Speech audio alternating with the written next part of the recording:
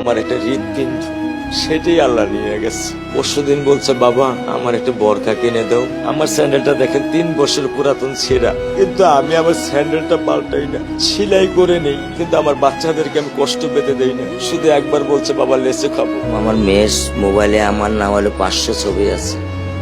আমি এখনো সাহস পাইনি আমার মেয়ের একটা ছবি বের করে দেখতে। আমার সে সাহস নাই। আমি সে সাহস হারাই ফেলছি, কারণ ও আমার ছিল হৃৎপিণ্ড। ওর জীবনে এমন কোনো চাওয়া নাই যেটা আমি পূরণ করি নাই। পরশুদিন বলছে, বাবা আমার একটা বরখা কিনে দাও। আমার চাচতো ভাই বললো, ভাই ইসলামপুর থেকে 300-400 টাকা পাওয়া যায়। আমি সাথে সাথে মিনি মার্কেট থেকে আমি 1000 টাকা দিয়ে আমার মেয়েকে বরখা এনে দিচ্ছি। আমি দরিদ্র, ভাঙা বাসায় থাকি, কিন্তু আমার সন্তানদেরকে আমি কখনোই দারিদ্রতা স্বাদ পেতে দেইনি।